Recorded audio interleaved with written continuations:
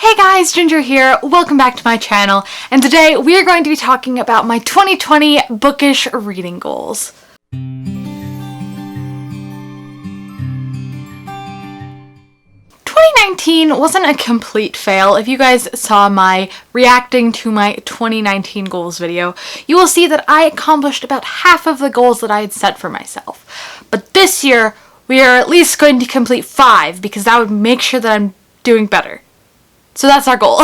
But I do have 8 reading related goals on this list that I really want to accomplish this year and focus on and just guide my reading, but they're not so strict that if I fail them I'm going to feel like I lost something or that I completely failed at reading. They're just ones that I have set for me to keep myself on track and do better at reading and booktube. So without further ado, let's get into talking about these 8 goals. So the first goal on my list is my Goodreads reading goal, and that is to read 76 books this year, which is mostly dictated by my Goodreads spread in my bullet journal, which you'll see in tomorrow's video.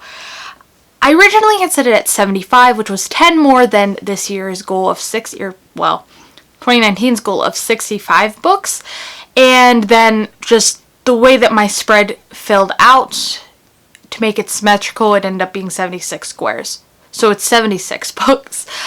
This past year, I read 92 books, so I definitely think I can meet this goal, and I would really like to surpass what I read this past year and get to at least 100, but I didn't want to pressure myself, so that's why my Goodreads goal is 76, just in case we, get into reading slumps or hit some bad months like we did last year. Goal number 2 is to utilize the library more. I am going to have extra expenses this year. I am buying a brand new car, well, brand new to me, and so I will be having a car loan, plus it's just as much as I would like to fill my shelves, for one, I'm running out of space, and for 2, I just need to tackle more of what's on here and unhaul before I get more. So something that will still scratch that itch of getting new books is if I go to the library and read them and bring them home. That also saves me the pressure of if I don't like it, then I have bought it and I own it now, because last year, I ended up unhauling half of the books that I read that were my own because I didn't like them.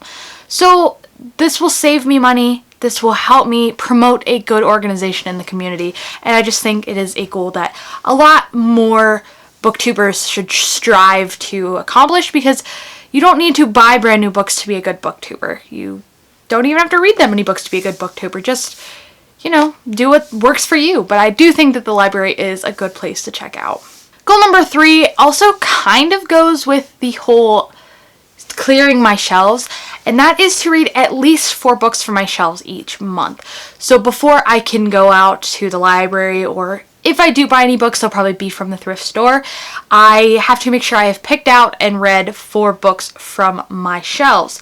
So this month, if you saw my January TBR, I have more than 4 books, and I was going to pick out 4 separate from my secret TBR pile, but I decided that that's 5 books from my shelves, so that should count towards it. I'm also not counting ARCs in this because technically I didn't buy those, and I'm not required to read them, but I am reading them for review, so I'm not including those in this section. They're just ones that I have bought for my shelves. Number 4 is to write actual reviews on Goodreads. I tend to just put a star rating, maybe put 1 or 2 words, and then I talk about them in my videos.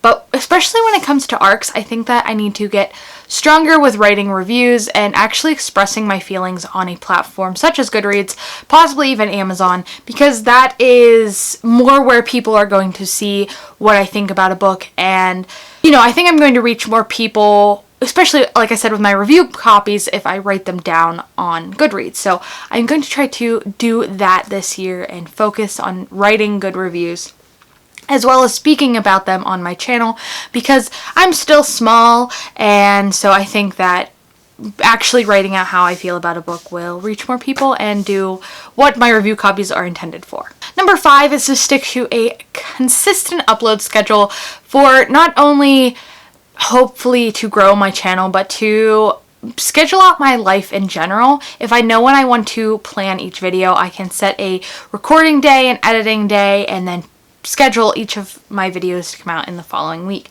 So as of right now, my upload schedule is going to be Tuesday, Wednesday, Friday. So hopefully that works for you. If you guys have any times that work best for you on each of those days, then let me know. Right now I'm posting my videos at 10 a.m.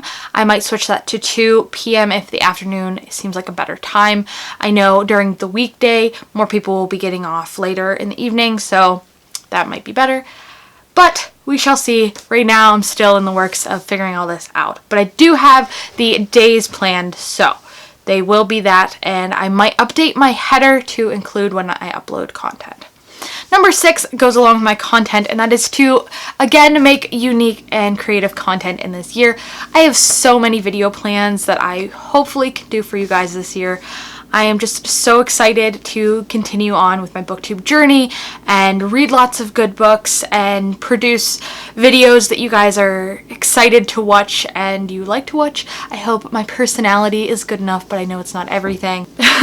So hopefully I can continue to be unique and myself on this platform and bring videos that I'm proud of, but that you guys will also enjoy. Number 7 is to participate in more readathons and buddy reads this year. I'm starting off the year strong with a buddy read with my friend Ariel, so that makes up for the fact that I'm not doing a readathon in January, but I do have a lot of readathons that I would like to do in the coming month, or in the coming year, so that's really exciting. I'm going to be doing some that I did last year, like the Owls and the Newts of the Magical Readathon, but I'm also going to be participating in a few new ones, like the Bookie Trials, and hopefully there will be some that pop up throughout the year that interest me, and I will participate with them. And the last one is probably the most important, in my opinion, because it will avoid reading slumps, it'll keep me reading books that I love, and ultimately decide whether I want a book or not, and that is to not be afraid to DNF books. I am someone who is a completionist. I feel like I fail if I do not finish a story. This is video games, art, writing, anything. It's just how it is for me. So when it comes to DNFing a book, that seems like a failure on my part, but I've come to realize that it's more important to me to fully enjoy a book and spend my time reading something that makes me happy than dredging on wasting valuable time that I could be reading a better book on something that I don't like.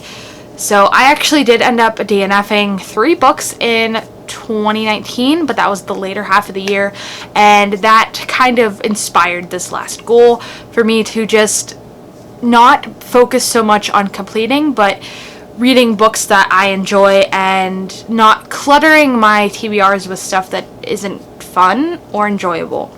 And I think it will also help me realize what my reading taste is. Like the books that I DNF'd, 2 of them were about witches and like Salem and stuff, and I found out I really don't enjoy reading that kind of stuff. So despite the fact that it sounds interesting to me, I realized that maybe it's not the type of book that I want to be reading. So hopefully I will not be afraid to DNF this year. There you have it, guys. Those are my 2020 reading goals. I really hope that I can accomplish them all this year, and I think I went pretty easy on myself with the actual goals. I think they're all very achievable and broad, so it's going to be a lot harder to fail them, in my opinion, but we shall see as the year goes on how I do, and hopefully I will be able to do a mid-year check-in to see how I'm doing with these goals and whether or not I am achieving them. But for now, we are just going to pin these up on the wall, keep them in my bullet journal, and hopefully succeed in completing them all. Let me know in the comments below what some of your reading goals are for the year. I would love to hear about it and see if we have anything similar. But thank you guys so much for watching. I really appreciate you guys being here and watching my content, and I hope you enjoy it. So if you do, make sure to give it a like and hit that subscribe button so you can see more of my videos in the future. However, until that future, I will see you guys then. Bye!